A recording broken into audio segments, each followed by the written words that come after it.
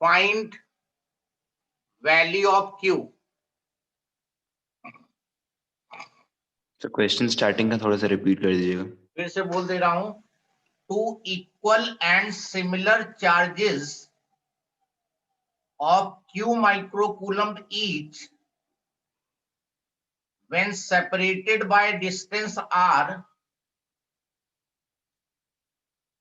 repel each other with a force F, capital F, full stop, on adding plus 4 microcoulomb to one and minus 4 microcoulomb to other, the force between them decreases to 0.8 F. Find Q. Try करो इस question को। अब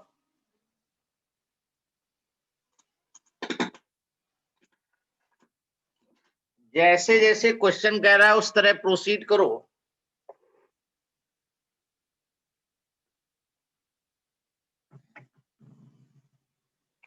to equal and similar charges, ये Q1 जो है ये Q है, similar है तो दोनों पॉजिटिव ले लो या दोनों निगेटिव। This is also Q, separated by distance R, और इनके बीच में जो फोर्स है that will be given by 1/4πε0 Q square upon R square. ये तो पहले स्टेटमेंट से तुम्हारा कूलम्स लॉ लगा के तुमने फोर्स फाइंड कर लिया।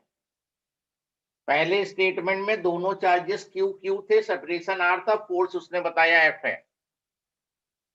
अब वो कह रहा है on adding plus 4 microcoulomb to 1। अब जो नया चार्ज इस पे हो गया Q प्लस 4 माइक्रोकूलम, और दूसरा चार्ज जो हो गया, पहले को प्लस 4 माइक्रोकूलम ऐड किया और दूसरे को माइनस 4 माइक्रोकूलम, तो ये Q माइनस 4 माइक्रोकूलम, और डिस्टेंस वही है R, और नया फोर्स उसने बताया 0.8 F। तो Q की वैल्यू बतानी है। तो अब इसका फोर्स निकालो, F dash is equal to 1/4πε0 Q1 dash Q2 dash R square. ये फोर्स ले लो 0.8 F,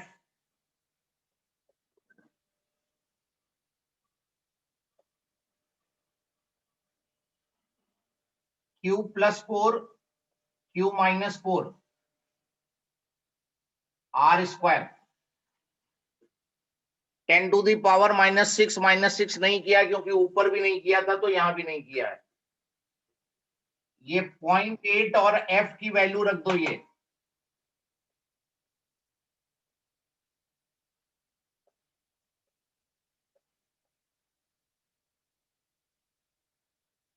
Q स्क्वायर माइनस 16 हो गया। ये A plus B A minus B, ये 1/4πε0 R square,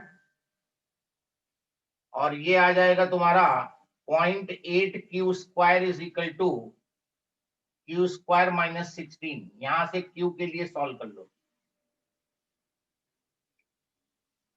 So you have to simply read the question, what he is saying in the question, and accordingly तुम proceed करते चले गए।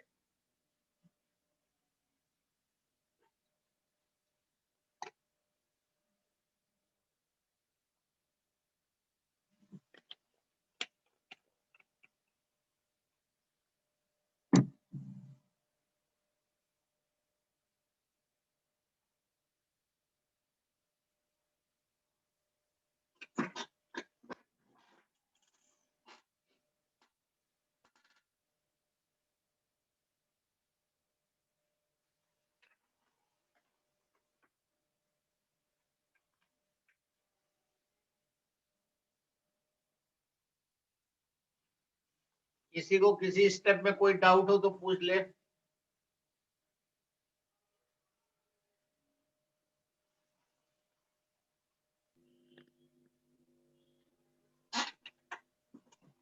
सर ये Q+4 और Q-4 क्यों लिया आपने? क्वेश्चन पढ़ो।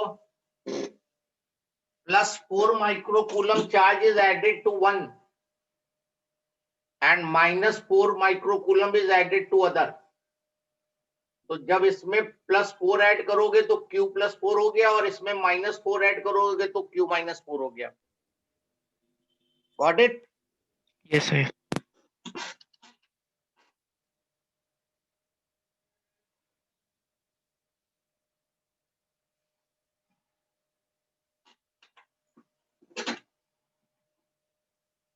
Next question.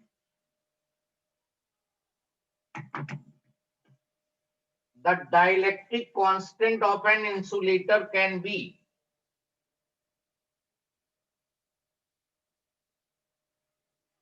dielectric constant of an insulator can be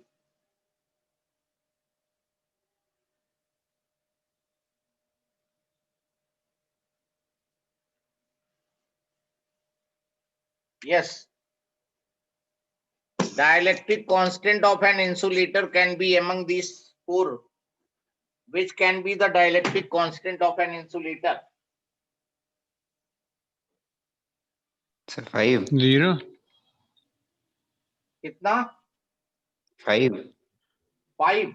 Any other answer? 0. 0. No. 5. Minus में होता नहीं है डाइलेक्ट्रिक कांस्टेंट, ना तो 0 होता है ना पॉइंट में वैल्यू होती है, तो यही पॉसिबिलिटी है इसमें केवल। डाइलेक्ट्रिक कांस्टेंट जो एयर का होता है वो 1 होता है और बाकी मटेरियल की डाइलेक्ट्रिक कांस्टेंट इससे ज्यादा ही होगा।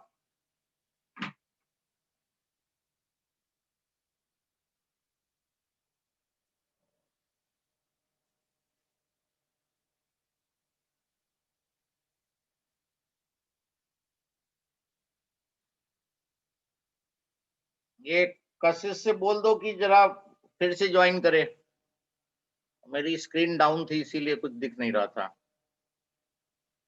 ओके देन, ठीक है sir. 2 point charges plus E and minus E are kept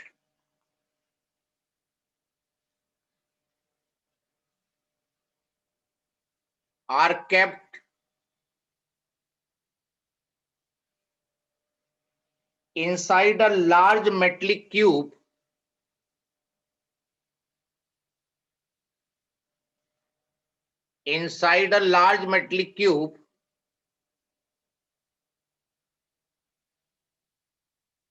without touching its sides.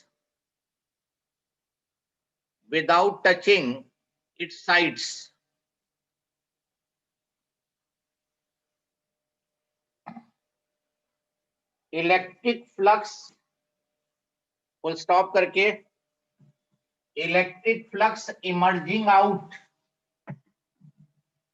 Of the cube is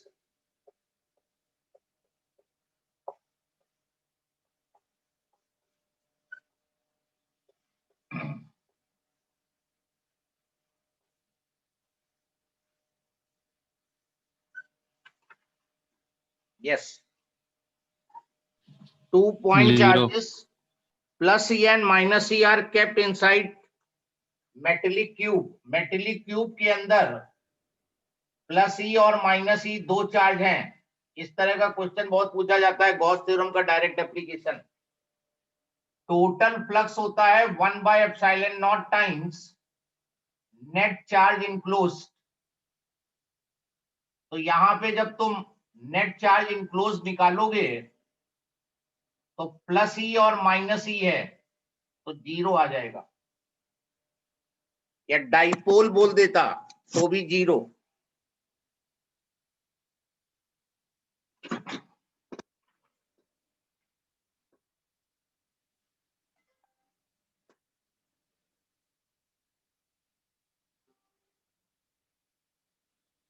right Coulomb's law in vector form, बहुत ही इंपॉर्टेंट क्वेश्चन।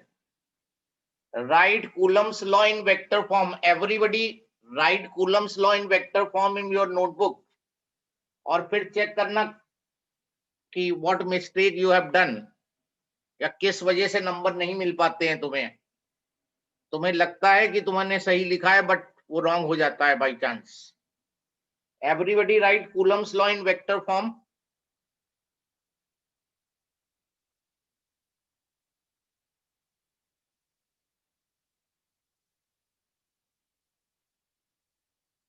कूलम्स लॉ को vector form में लिखो। लिख लिया सबने? चेक करना जरा। F is equal to 1 by 4 pi epsilon naught Q1 Q2 upon R square, और यहाँ पे यूनिट वेक्टर, और यहाँ पे वेक्टर का साइन मस्ट है। ये साइन देख लेना, ये देख लेना, दोनों जगह यहाँ पे वेक्टर का साइन होगा तभी नंबर मिलेंगे, यहाँ पे यूनिट वेक्टर। या दूसरी तरीके से जो लोग लिख रहे हैं 1 by 4 pi epsilon naught Q1 Q2 R cube अगर करोगे तो यहाँ पे वेक्टर R रहेगा। तो किसी भी फॉर्म में you can write Coulomb's law. Vector sir form में F12 और R21 वो जरूरत लिखेंगे नहीं ना? होती है, अब इतनी जरूरत नहीं, वो समझा दिया है, वो लिख दोगे तो बेटर है, बट नंबर इतने पे ही मिल जाएंगे। राइट, अगर लिख देते हो तो बहुत बेटर है वो, अदरवाइज इस पे भी नंबर मिलेंगे। वेक्टर फॉर्म में दो तीन फॉर्मूले हैं जो घूम फिर के आते रहते हैं। वेक्टर फॉर्म में कूलम्स लॉ, वेक्टर फॉर्म में Ohm's law, and vector form में Biot Savart law. Next, what is the locus of a point of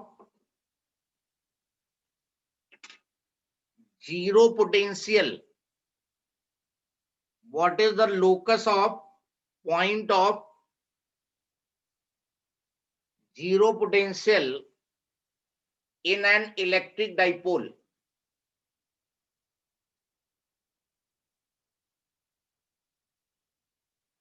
electric dipole में जीरो पोटेंशियल के पॉइंट्स का लोकस बताना है तुम्हें।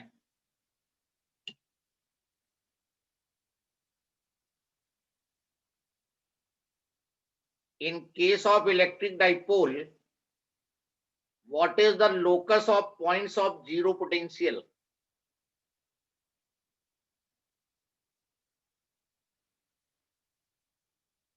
Yes, any guess, any answer?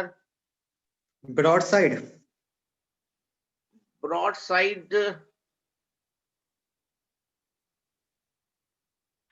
बहुत बढ़िया आंसर नहीं है। Think something else.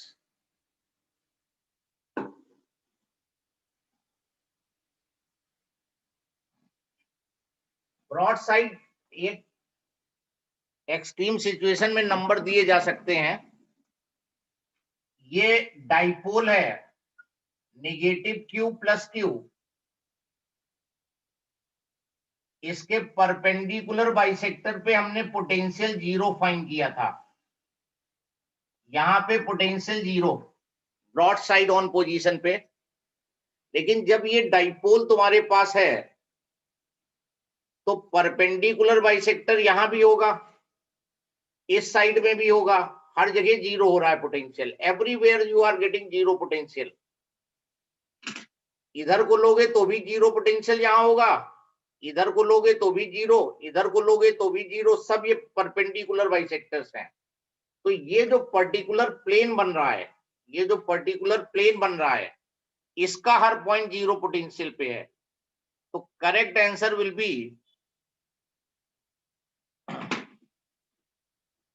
Plane passing through perpendicular bisector, plane passing through perpendicular bisector, और इसको बोलते हैं इक्वेटोरियल प्लेन। इक्वेटोरियल प्लेन भी कह सकते हो, नहीं तो अदरवाइज एक्सट्रीम सिचुएशन में परपेंडिकुलर बाइसेक्टर पे भी नंबर मिल सकते हैं, लेकिन वो पूरा डिफाइन नहीं कर रहा है कर्व को। तो इक्वेटोरियल प्लेन और plane passing through perpendicular bisector.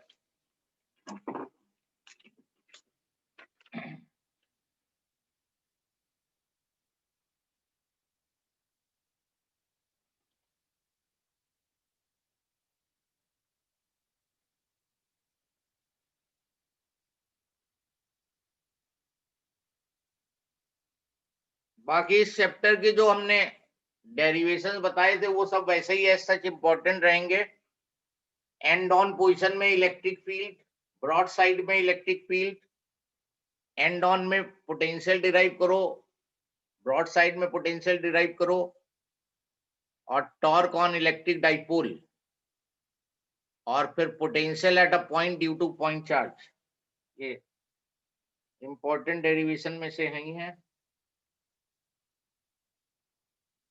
Next question लिखो अब। An electron moves around the nucleus. Electron moves around the nucleus of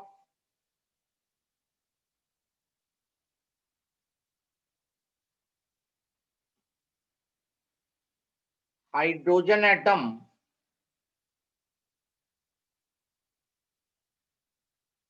in circular path of radius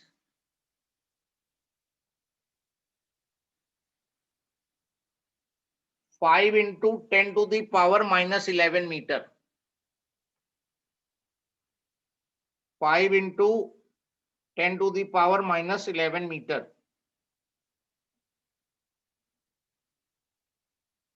Calculate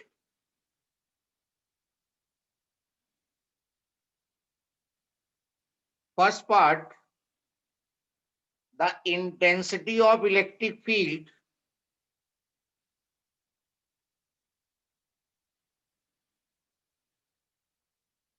of the nucleus at the position of electron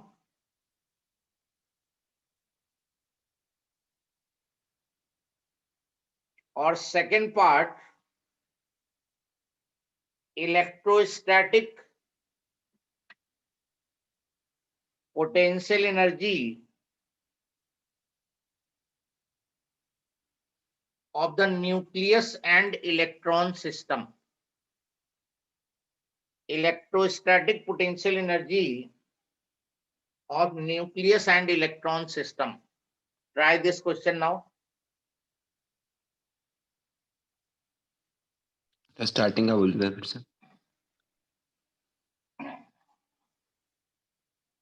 An electron moves around the nucleus of hydrogen atom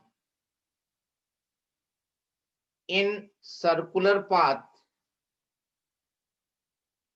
of radius 5 into 10 to the power minus 11 meter.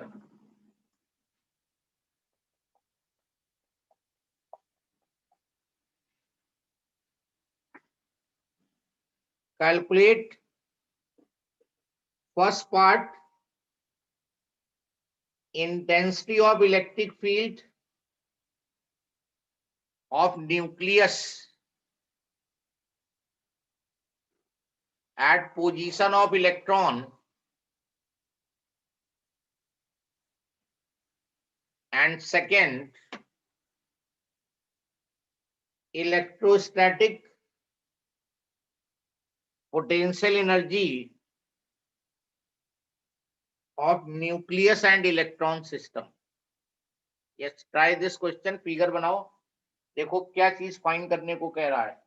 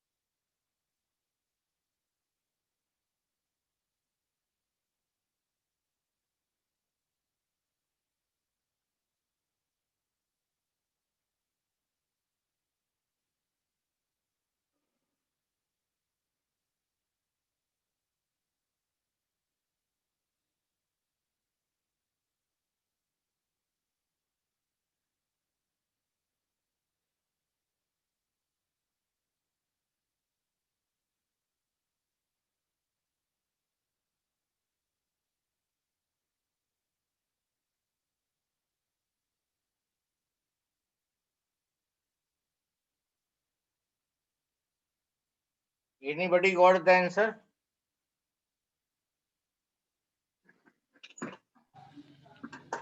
Sir, 5.76 into 10 to the power 11 coulomb. 5.76 into 10 power 11 coulomb. नहीं, coulomb क्यों होगा? Newton पर coulomb. Newton पर coulomb. और sir 4.608 into 10 to the power minus 18 joule. Exactly यही है। हाँ sir. Check करो फिर।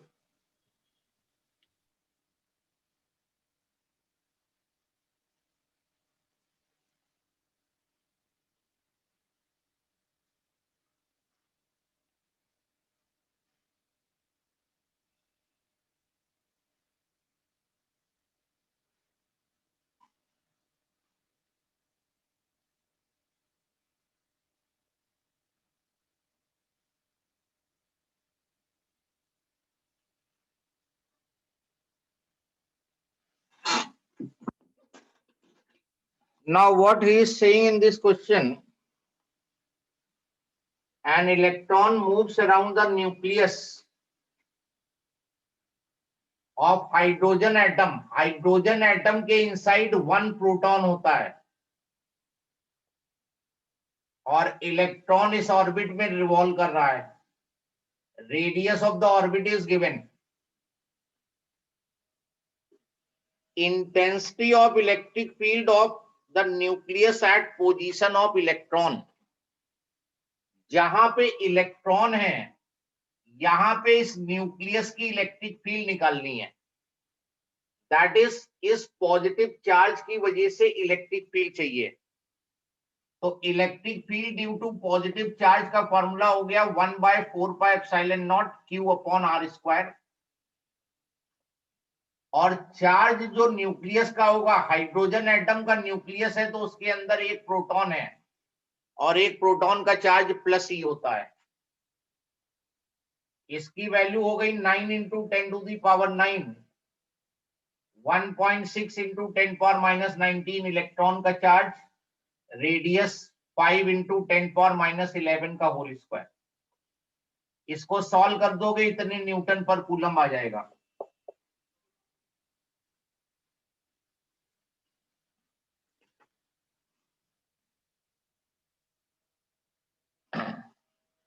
देन सेकेंड पार्ट में अगर आओ, electrostatic potential energy of nucleus and electron system. ये इलेक्ट्रॉन और ये न्यूक्लियस मिलके एक सिस्टम बना रहे हैं। दो चार्जेस का सिस्टम है और दो चार्जेस के सिस्टम की पोटेंशियल एनर्जी का फॉर्मूला होता है 1/4πε0 Q1 Q2/r। अभी कुछ दिन पहले ही किया है।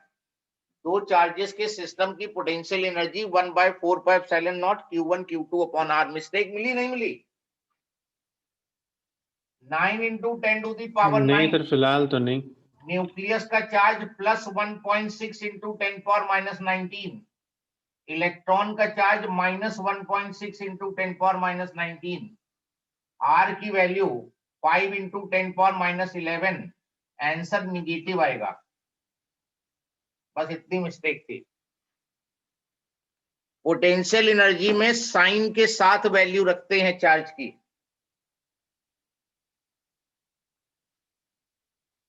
मिली मिस्टेक? अब हाँ सर, मिल गई। Negative. So it will be coming -4.608 10⁻18 joule.